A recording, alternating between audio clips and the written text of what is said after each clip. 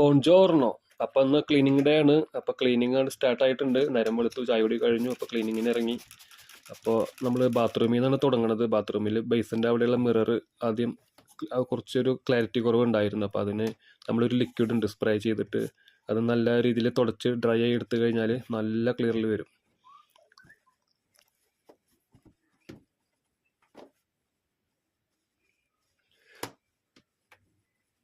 അപ്പോൾ അത് ഒരുവിധം ക്ലിയർ ആയിട്ട് വന്നുകൊണ്ടിരിക്കുന്നുണ്ട്. ഇനി നമുക്ക് പൊടിയൊക്കെ തട്ടിയെടുക്കണം, ടേബിളുകളിലൊക്കെ, റൂമിലുള്ളതും പുറമേയുള്ളതൊക്കെ. അപ്പോൾ പൊടി കാര്യമായിട്ട് അധികം ഉണ്ടാവില്ല, എന്നാലും നമ്മൾ 1-2 ആഴ്ച കൂടുമ്പോഴൊക്കെ ഒന്ന് തുടച്ചെടുക്കും. നമ്മളിവിടെ എല്ലാ ഡോറും ഒരുവിധമൊക്കെ അടഞ്ഞിട്ടൊക്കെ എടുക്കുള്ളൂ. മെയിൻ ഡോറ് മാത്രമാണ് നമ്മൾ വല്ലപ്പോഴും പുറത്തിറങ്ങുമ്പോൾ ഡ്യൂട്ടിക്ക് അല്ലെങ്കിൽ മാർക്കറ്റിലേക്കൊക്കെ പോകുമ്പോൾ മെയിൻ ഡോറ് മാത്രമേ തുറക്കുള്ളൂ. അതുകൊണ്ട് പൊടി മൊത്തത്തിൽ അകത്തേക്ക് കയറാൻ സാധ്യത കുറവാണ്. ഇവിടെ ഗ്ലാസ് ഡോറാണല്ലോ, വിൻഡോ അല്ലാതും. നമ്മുടെ നാട്ടിലത്തെ പോലെ എല്ലാം തുറന്നിടില്ലല്ലോ. പിന്നെ ബാത്റൂം ഡെയിലി ക്ലീനിങ് ഉണ്ട്, നമ്മൾ ഡെയിലി ഉപയോഗിക്കണതല്ലേ. ബാത്റൂം, കിച്ചണൊക്കെ നമ്മൾ ഡെയിലി ക്ലീൻ ചെയ്യും.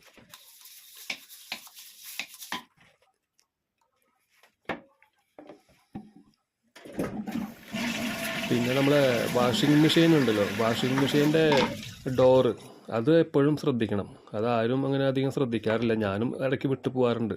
അപ്പോൾ അതിൻ്റെ ഇടയിലൊക്കെ ഒരു ചെളി പോലെ ഇരിക്കുന്നുണ്ട്, ഒരു കറ പിടിച്ച പോലെ. അപ്പോൾ അത് ഇടയ്ക്ക് തുടച്ചില്ലെങ്കിൽ അതങ്ങനെ കട്ട പിടിച്ചിരിക്കും.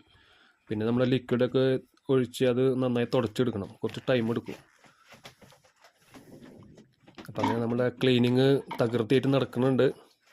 ഇപ്പോൾ തുടച്ച് നമ്മൾ മൂപ്പൊക്കെ ഇട്ട് തുടച്ച് ക്ലീനാക്കി എടുക്കുന്നുണ്ട്. ഇവിടെ നല്ല പെർഫ്യൂമുള്ള ലിക്വിഡാണ് കേട്ടോ, നല്ല സ്മെല്ലായിരിക്കും ബാത്റൂമിലൊക്കെ. എല്ലാം തുടച്ച് കഴിഞ്ഞാൽ നല്ല സ്മെല്ല് വരും. പിന്നെ അപ്പോൾ എന്തായാലും ക്ലീനിങ് അല്ല, അപ്പോൾ ഒരു മ്യൂസിക്കൊക്കെ കേട്ട് ഇവിടെ FM-ൻ്റെ ഒരു ബോക്സ് ഇരിക്കുന്നുണ്ട്, ഒരു മ്യൂസിക്കിൻ്റെ. അപ്പോൾ ആ പാട്ടൊക്കെ വെച്ച് പതുക്കെ 94.1, ഇവിടെ ഇറ്റാലിയൻ FM ആണ്. നമുക്കിവിടെ സബ് വൂഫറൊക്കെ ഉണ്ട്, 2-3 സ്പീക്കർ വേറെ എക്സ്ട്രാ ഉണ്ട്.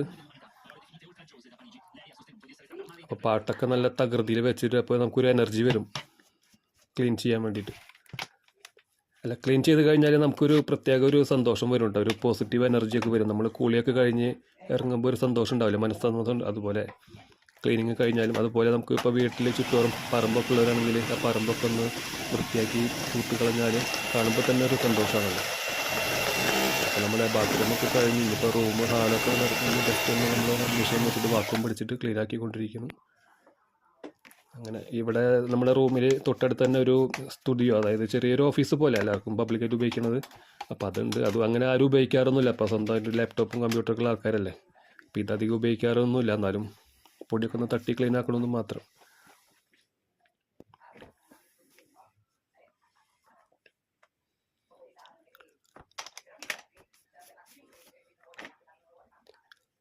അപ്പോൾ